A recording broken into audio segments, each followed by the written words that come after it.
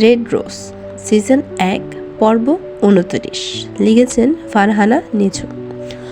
সকাল সকাল পুরো বাড়িতে উৎসাকে নিয়ে হইচই পড়ে গেল। উৎসাকে খুঁজে পাওয়া যাচ্ছে না। এই কথাটি ঐশ্বর্যের কানে আসতেই রাগে গজগজ করতে করতে আফসানা পাটোয়ারির রুমে গেল ঐশ্বর্য। কাল বিকেলের কথা, উৎসা কিচেনে ছিল, আফসানা পাটোয়ারি ভেতরে গেলেন।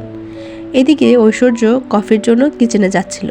কিচেনের দরজার কাছে যেতেই আফসানা পাটোয়ারির কাট কাট কণ্ঠস্বর ভেসে আসলো, তুই আর তোর এই প্রেমিকের অসভ্যতামো কিন্তু এই বাড়িতে চলবে না উৎসা। উৎসা আফসানার কথা শুনে রেগে গেল। ভদ্রভাবে কথা বলো মামি, তুমি আমাকে নিয়ে যা ইচ্ছে বলতে পারো না। 100 বার পারি, যদি বেশি তিরিং বেরিং করিস তাহলে জানে মেরে ফেলবো, কেউ কখনো খুঁজেই পাবে না। কথাগুলো মস্তিষ্কে হানা দেয় ঐশ্বর্যের। আফসানা পাটোয়ারি রুমেই বসেছিলেন। আচমকা হুড়মুড়িয়ে ভেতরে প্রবেশ করলো ঐশ্বর্য। মিসেস মহিলা, সত্যি করে বলুন উৎসা কোথায়? আফসানা পাটোয়ারি কিছুটা চমকে ওঠেন। উৎসা কোথায় আমি কি করে বলবো? ঐশ্বর্য দাঁতে দাঁত চেপে বলল, দেখুন আপনার ফাকিং ড্রামা বন্ধ করুন, বলুন উৎসা কোথায়? ঐশ্বর্যের চিৎকার শুনে ভয় পেয়ে গেলেন আফসানা পাটোয়ারি। ঐশ্বর্য, আমি সত্যি বলছি, উৎসা কোথায় আমি জানি না। ঐশ্বর্য বেজায় রেগে গিয়ে পাশের ফ্লাওয়ার বাস তুলে ছুঁড়ে ফেলে দিল। আই সোয়ার, উৎসার কিছু হলে আপনাকে জীবিত কবর দেব। আফসানা পাটোয়ারি শুকনার ঢোক গিলল। সত্যি তিনি জানেন না উৎসা কোথায়। হয়তো বলেছিল সে, কিন্তু তা শুধু উৎসাকে ভয় দেখাতে। ঐশ্বর্য পুরো বাড়ি থেকে শুরু করে আশেপাশে অনেক মানুষকে উৎসার ছবি দিয়ে জিজ্ঞাসা করেছে, কিন্তু কেউই বলতে পারছে না উৎসা কোথায়। ঐশ্বর্য ভয়ে সিটিয়ে গেল। জিসান ঐশ্বর্যের এমনতার অবস্থা দেখে বলে, রিক কাম ডাউন, মিস বাংলাদেশে চলে আসবে। ঐশ্বর্য জিসানের কলার চেপে ধরে। Are you mad? উৎসাকে কেউ দেখেনি জিসান। রেড রোজ কোথায় আছে আমি সত্যি জানি না। আচ্ছা ওর কিছু হয়নি তো? জিসান আশ্চর্য হয়ে গেল ঐশ্বর্যের আচরণ। ব্রো, আমাকে সত্যি করে বলতো, you love Miss Bangladeshi, am I right? ঐশ্বর্যের মাথা কাজ করছে না, সে উন্মাদ হয়ে উঠেছে। উৎসা চাই আমার, কোথায় সে? রাস্তার মাঝখানে এমন চেঁচামেচি শুনে আশেপাশের মানুষ আর চোখে তাকাচ্ছে ওদের দিকে। জিসান চিৎকার করে উঠল, আমার দিকে তাকা, লুক অ্যাট মি, তুই উৎসাকে ভালোবাসিস? ঐশ্বর্য প্রায় পাগল, কি বলবে না বলবে বুঝতে পারছে না। টেল মি রিক, তুই মিস বাংলাদেশকে ভালোবাসিস? ঐশ্বর্য চিৎকার করে বলে, ইয়েস আই লাভ হার, ভালোবাসি ওকে। উৎসাকে ভালোবাসি আমি, অনেক ভালোবাসি। উৎসাকে এনে দে তুই জিসান, আই নিড। আমি জানি উৎসা কোথায় আছে। ঐশ্বর্য উদ্গ্রীব হয়ে জিজ্ঞাসা করে, কোথায় আমার red rose? Tell me Zisan. চল আমার সঙ্গে। ঐশ্বর্য দ্রুত গাড়িতে বসে গেল। জিসান গাড়ির দিকে যেতে যেতে বলে, ঐশ্বর্য বুঝতে পারছে না জিসান আবার কেন বাড়িতে যেতে বলছে। বাড়িতে পৌঁছানোর পরপরই স্টোর রুমের দিকে এগিয়ে যেতে লাগলো ওরা। নাসরন্দে কররা পারফিউমের গ্রান আসতেই নড়ে চড়ে ওঠে উৎসা। সে বুঝতে পারে ঐশ্বর্য স্টোর রুমের দিকেই আসছে, কিন্তু ভেতরে আসার পর ঠিক কি হবে তার সঙ্গে তা মোটেও আন্দাজ করতে পারছে না সে। তুই স্টোর রুমে নিয়ে এলি কেন? জিসান শুকনো শ্বাস ফেলে বলে, ভেতরে গেলেই দেখতে পাবি। জিসান নিকির থেকে চাবি এনে দরজা খুলে দেয়। ঐশ্বর্য উকি দিতেই হালকা মেরুর রঙের সালোয়ার কামিজ পরিহিত মেয়ে দাঁড়িয়ে আছে। ঐশ্বর্য উৎসাকে দাঁড়িয়ে থাকতে দেখে ঐশ্বর্য পাগলের মতো গিয়ে ঝাপটে জড়িয়ে ধরে। জান কোথায় ছিলে? ম্যাড হয়ে যাচ্ছিলাম। ঐশ্বর্য আচমকা উৎসার মুখশ্রী হাতের আজলায় তুলে এলোপাথারি চুমু খেতে লাগলো। উৎসা ঐশ্বর্যের পাগলামি দেখে তব্দা খেয়ে গেল। I love you sweet heart, I love you, I love you, I love you. উৎসার নিঃশ্বাস ভারী হয়ে আসছে। ঐশ্বর্য রিক চৌধুরী তাকে ভালোবাসে, আমাকে ভালোবাসেন?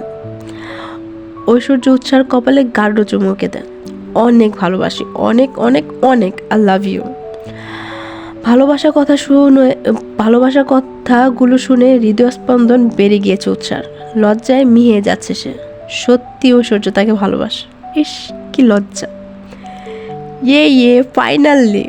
হই হই করতে করতে ভেতরে ঢুকে এলো কেয়া, নিকি, রুদ্র। মিহি বাইরে দাঁড়িয়ে সবটা দেখছে। ঐশ্বর্য ফাইনালি ভালোবাসার কথা বলেছে, এটা শুনে সবাই অন্তত খুশি। নিকি ঐশ্বর্যের উদ্দেশ্যে বলল, ভাইয়া সত্যি তুমি আজ অবশেষে বললে। ঐশ্বর্য কপাল কুঁচকে নেয়। এতক্ষণ আবেগের বশে বলল, এখন হুঁশে ফিরেছে।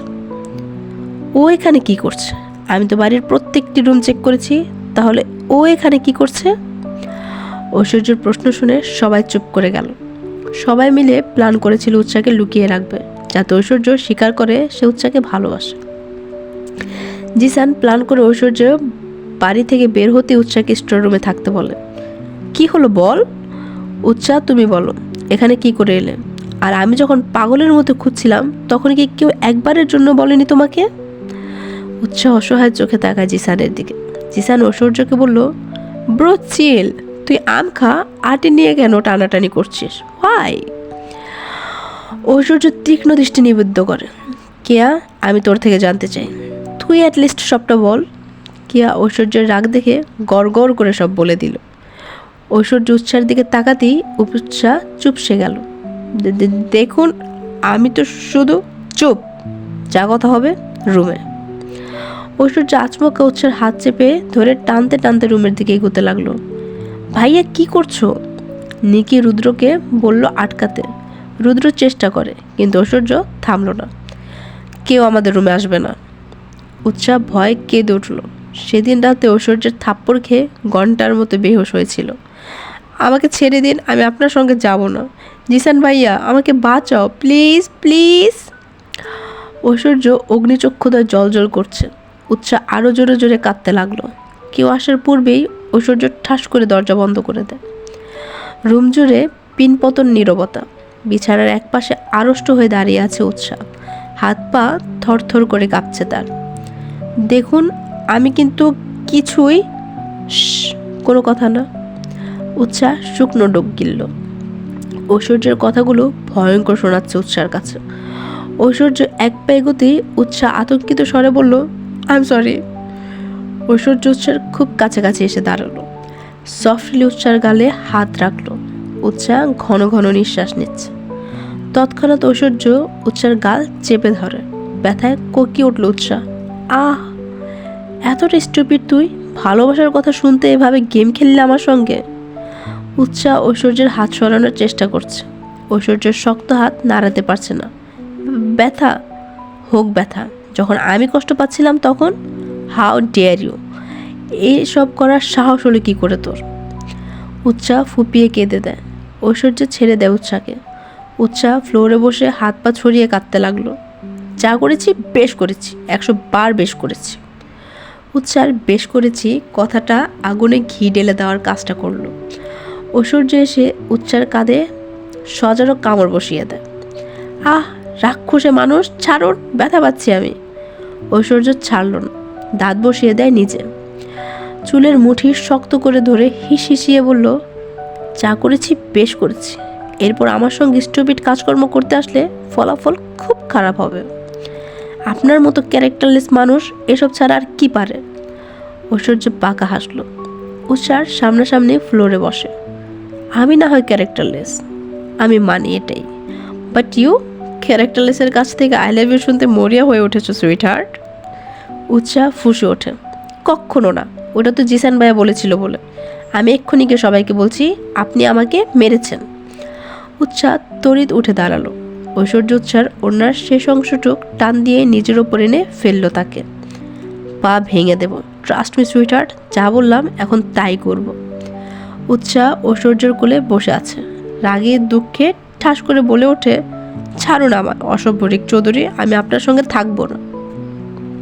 ঐশ্বর্য উৎসার ফুলে যাওয়া নাকের ডগায় আলতো করে নিজের নাক ঘষে বলে, we are married sweet heart, এখন চাইলেও আমার সঙ্গে থাকতে হবে, না চাইলেও থাকতে হবে।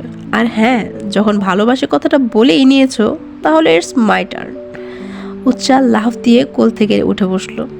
মানি না আপনার জার্মানির বিয়ে, আমি কখনো আপনার মতো ক্যারেক্টারলেসকে বিয়েই করিনি। উৎসাহ সাফ সাফ বিয়েটা অস্বীকার করছে। ঐশ্বর্য উঠে উৎসার হাত দুটো পেছন থেকে চেপে ধরলো। দরকার হলে আবার বিয়ে করব, তোমার দেশীয় স্টাইলে, ওকে সুইট হার্ট। কিন্তু কিন্তু কিন্তু এই বিয়ের শেষে কিন্তু 1 মিনিটের জন্য ছাড় নেই তোমার রেড রোজ। উৎসাহ চমকে ওঠে। অন্তরাত্মা শুকিয়ে আসছে। করব না বিয়ে, সত্যি সত্যি বিয়ে করব না। ঐশ্বর্য উৎসার চুল থেকে স্মেল টেনে নেয়, অদ্ভুত সুবাস, নেশা ধরে যাওয়ার মতো। সন্ধ্যার দিকে ড্রয়িং রুমে বড় সড়ো সমাবেশ বসেছে। বিশেষ করে শহীদ বেশ আগ্রহ নিয়ে বসেছে। ঐশ্বর্য নিচ থেকে তাকে বলেছে থাকার কথা, সবার সামনে কিছু জরুরি কথা বলবে। উৎসা কিছুই বুঝলো না। কই ঐশ্বর্যকে দুপুরে